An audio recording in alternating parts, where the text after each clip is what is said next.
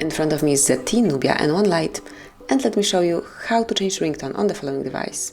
So first of all, just open the settings,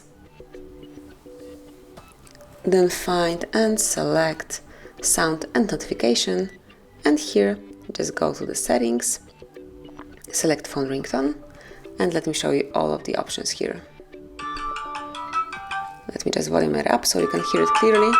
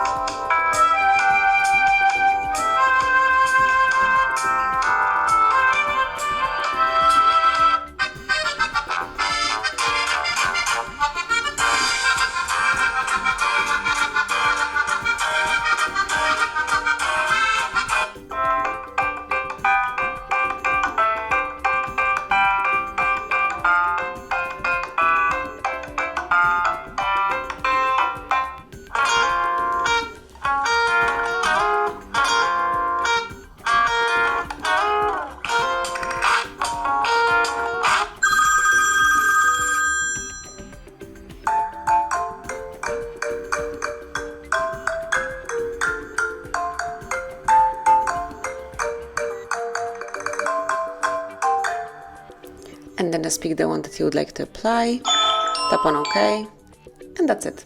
So this is how you can change ringtone in your ZTE Nubia N1 Lite. Thank you for watching, please subscribe our channel and leave the thumbs up.